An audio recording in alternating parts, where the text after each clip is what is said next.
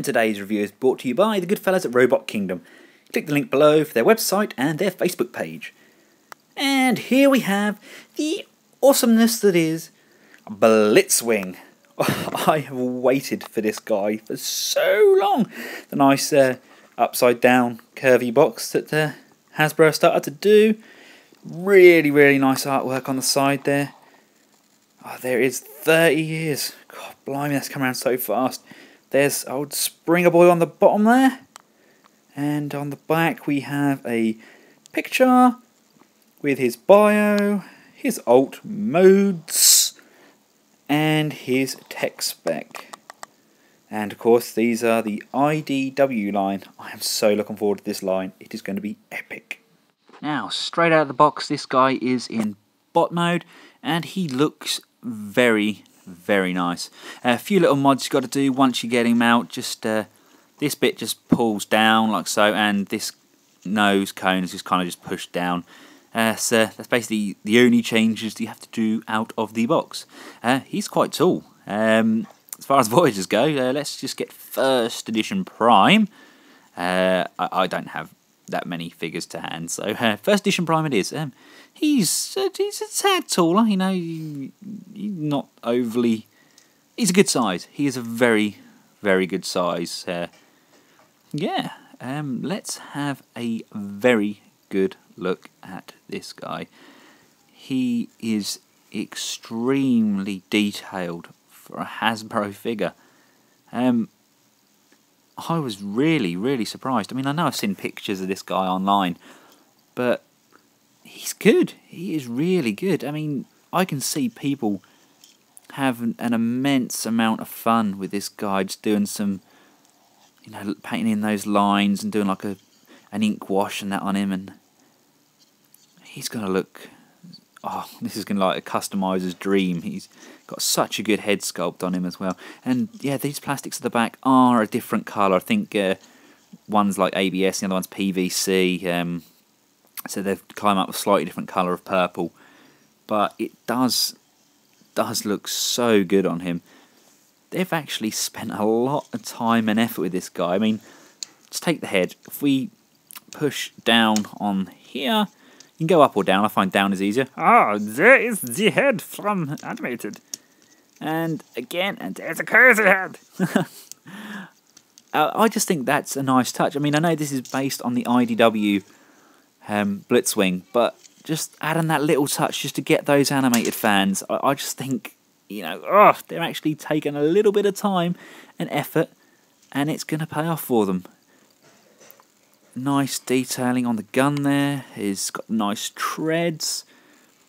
He's got a nice Decepticon logo there. Lovely yellow cockpit. Very nice sword. Take the weapons off him, and let's get this guy transformed to see how well they pay off. Right, pull this turret down. It's quite difficult. There we go, we're down. Still feels very sturdy. Good solid plastic. Pop the head down. He says, see, the head is sprung loaded, and this unfortunately the cockpit nose cone is that horrible rubbery material they used for Dreadwing and Skyquake, and I don't like it. I don't like the nose cone. It's horrible.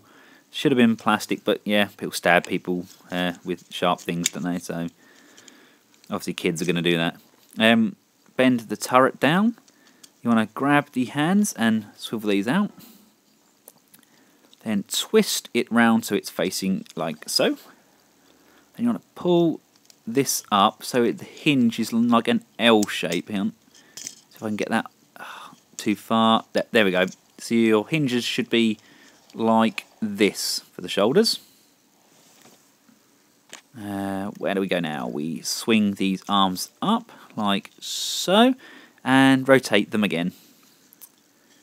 So you're left with the back of the pin showing there, and again rotate this up and rotate round so you've got the back of the pin. You can now rotate that entire section forward like a zombie. Yeah, then fold that down And it's starting to come together. There's a peg here. Fold that down, and right down at the bottom of these sections they just peg in. Fold these little flaps inwards. Now I like that, that's just like the G1. Pull these legs out, they're on like an extending socket there. Then you want to just rotate the legs, so you've got like his pinstripe trousers at the front. And at the back here, you want to just, first of all, move these bits out of the way, nip these bits of the toes together, and these fold round like so, and yeah, like so. From here you can grab your treads, and they slide out on the socket at the bottom and then come out towards you at a diagonal.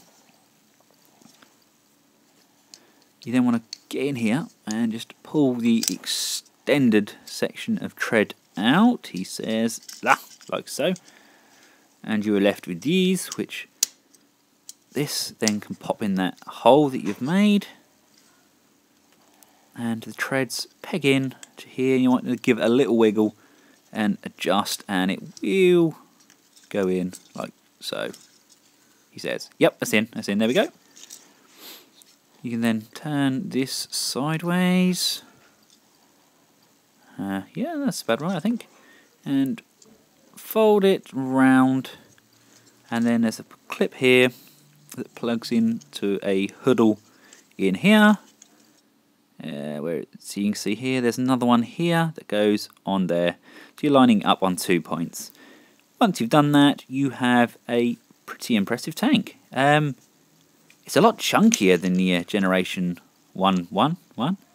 Obviously it's not as realistic, but then again, these are based on their Cybertronium forms. I can't get the missile to fire. Don't know if there's a button around here somewhere, but yeah, I don't know. But yes, Cybertronian tank, big, chunky, well done. Yeah, I like it. It's I worried that it was going to be very like play schoolish, but it's not. It's fairly detailed, and yeah, he looks very battle ready. It's your battle ready tanking Blitzwing. I like it. It's a darn sight better than that Generation's Megatron tank they had out. Let's just get this in focus. Homaged colour scheme. It's so nice. It's really, really nice modern interpretation of what was a classic figure, and one of the first figures I had in my collection as well. I used to love my triple changes. When I found out about these, I was over the moon. I really was. I like this. I'm not going to have it displayed in tank form now, am I? But if I decided to have it in tank form, I would be happy with this. Now, I'm going to detach these weapons and get it ready for jet mode. Basically, I'll just quickly transform these legs bits back to how we had it before, just normal legs, and just remember it like this, and there we go. The legs are back to normal. Just give them a little spin round like so. Then you want to come back up here, and where it was plugged in like that, what you want to do, you need to unplug, rotate this, and then there's a new pin to plug in. So the forearms are now facing upwards, like so. Then come up to the cockpit and pull that down, and in return you can then pull the cannon with a little energon and a lot of luck through his legs. Or arms, yeah, over his arms, over his shoulder. Yeah, you're kind of left with that at the moment, kind of square it off.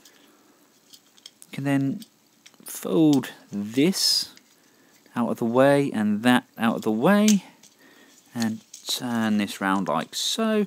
Then you want to flip it round and slot it in.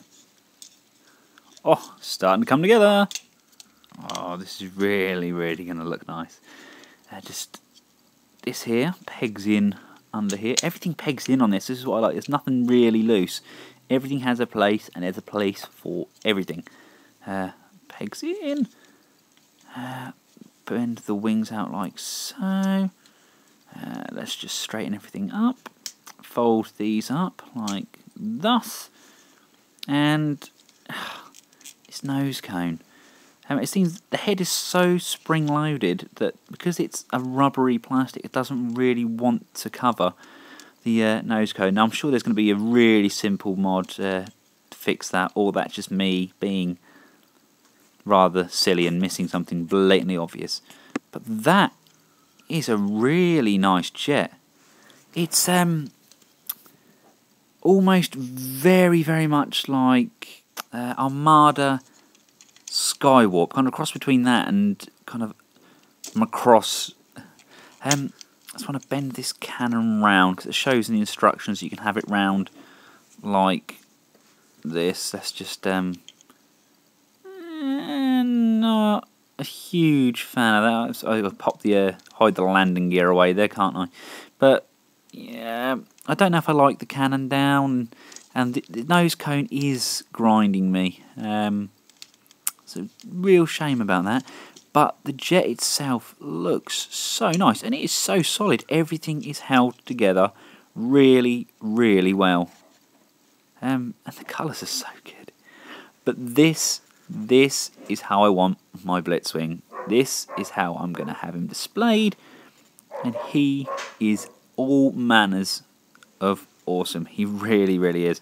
Now, where am I going to display this guy? I mean, he's going to be a little bit... He's too big for the triple change, isn't he? He's got so much articulation. Shoulders move. You've got a head. There is a slight tilt. It goes left and right. There's a slight tilt, but that's due to the spring mechanism. He's got lots. Yeah, I see. There's a good number of poses this guy can pull off. But I mean, who am I going to display him with? Can I display him with the Fall of Cybertron lot? Can I display him with Voyagers? Let's just... Obviously, he is nigh on exactly the same size as this bad boy, who will be my next review. And he looks very good. All in all, this is a must for any Decepticon fan, any Triple Changer fan, any fan of Transformers in general. You have to get this figure, and if you don't, then shame on you. I can't wait to get that Springer out of the pack and review him, so stay tuned. Don't forget to subscribe, people, and thanks for watching. Until next time, goodbye.